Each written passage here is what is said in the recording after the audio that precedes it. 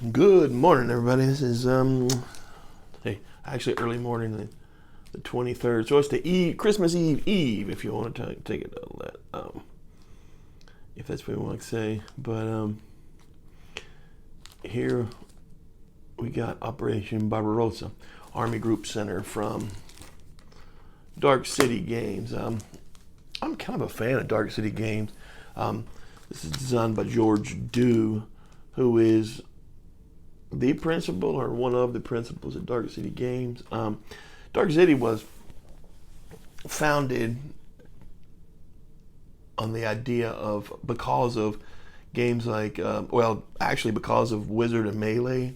It was really in that vein, those type of games, fantasy type games, where they've taken that idea of a program adventure and expanded upon it, and they got a bunch of games with the program adventure, like mini. You can play solitaire or cooperatively, just mini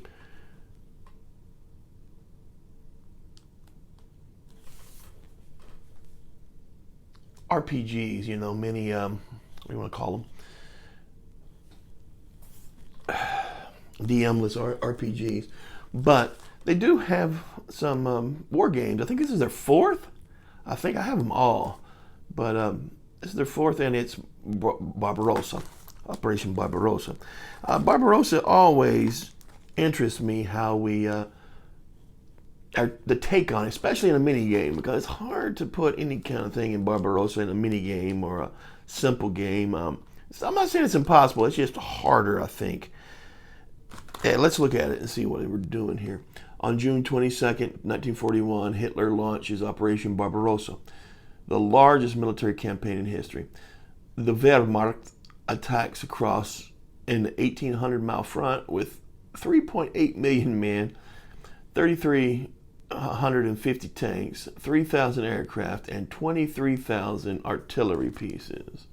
Now, as a tactical commander in the most significant campaign of the 20th century, it is up to you to win your battles and shape the world before it's too late. And that is where you can go take a look at their games and purchase their games. They have sales from time to time. I don't know if they got a sale going on now. Let's open this up and look at it. All right. So, actually, bag's a little bit small. I like an oversized bag with Ziploc games, just because I think that it's easier not to tear up. That's right. So let's look at the counters. So this is the one thing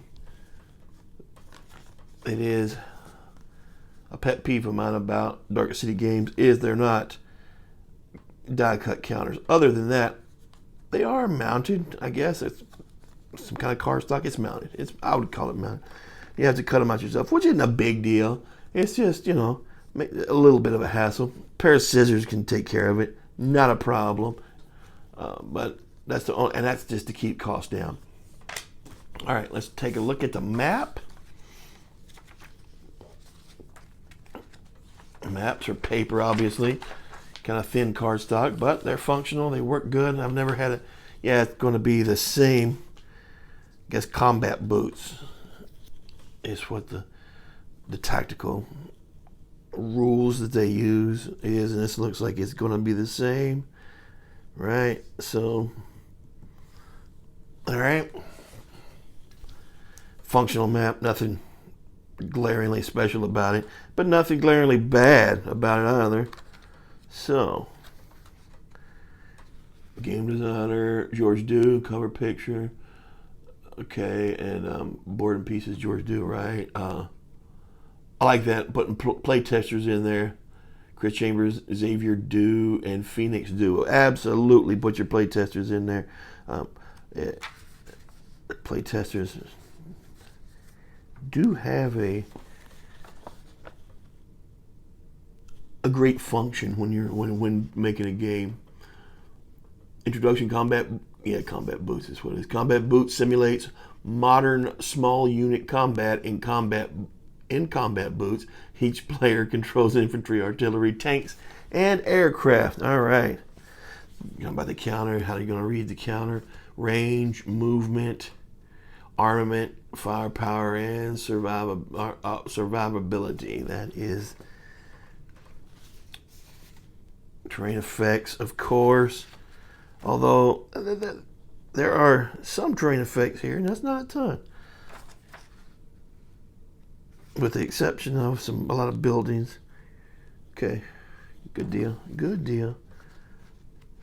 Man, I'm saying that. I don't know. You have to play it. I'm talking about elevation. All right, let's go and see if I can find a sequence of play. Stacking. Leaders.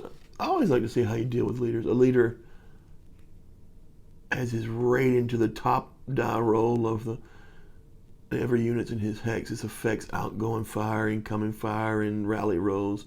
If all units in the hex are killed, the leader is as well. Okay, leaders, yeah, that's fine. Squad leader and ASL. You know, your leaders do some stuff. Oh, solitaire. Okay, we got some solitaire rules here. First of all, let me see if I can find a good sequence of play here. All right. Well, boys, I don't think I see a great sequence of play. That's order of battle. Okay, that's cool. I like the order of battle. Formation, say Soviet player mode.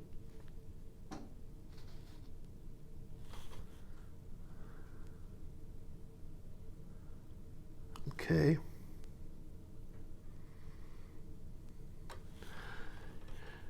Here we go.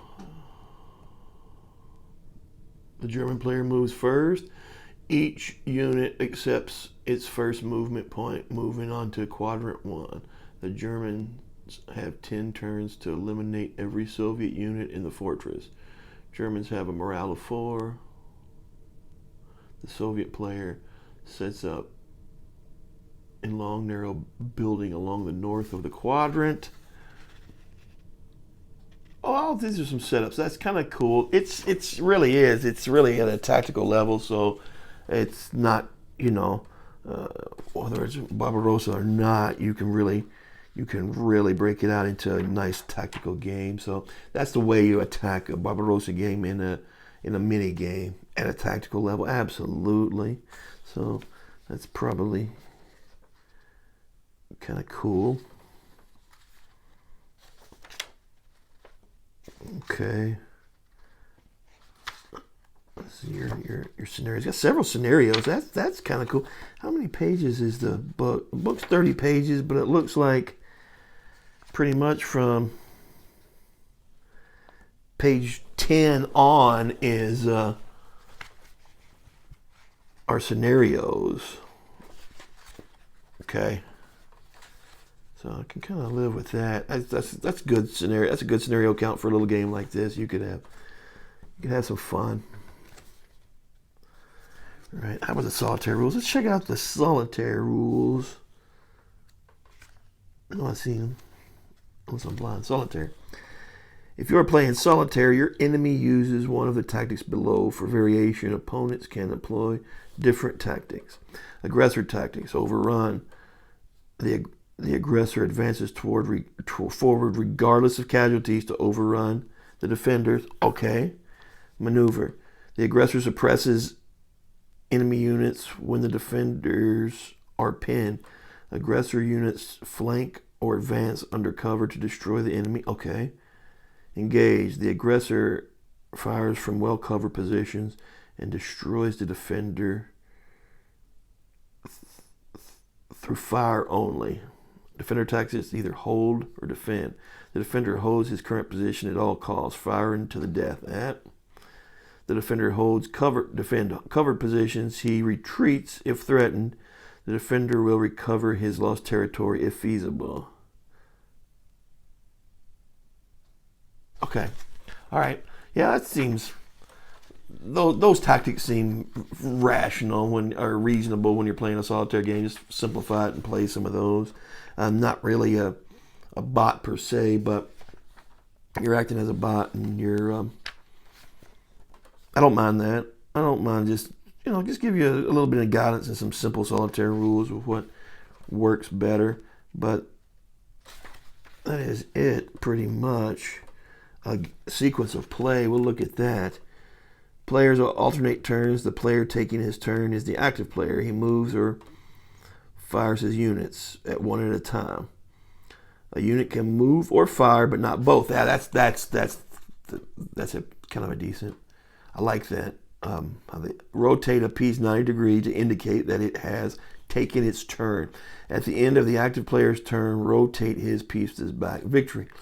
Players alternate turns until one side wins. Victory is defined in each battle description. It does. It seems pretty much like the other Combat Boots games, which, in my opinion, play pretty good as a little two-player game. Just simple two-player game that you play with.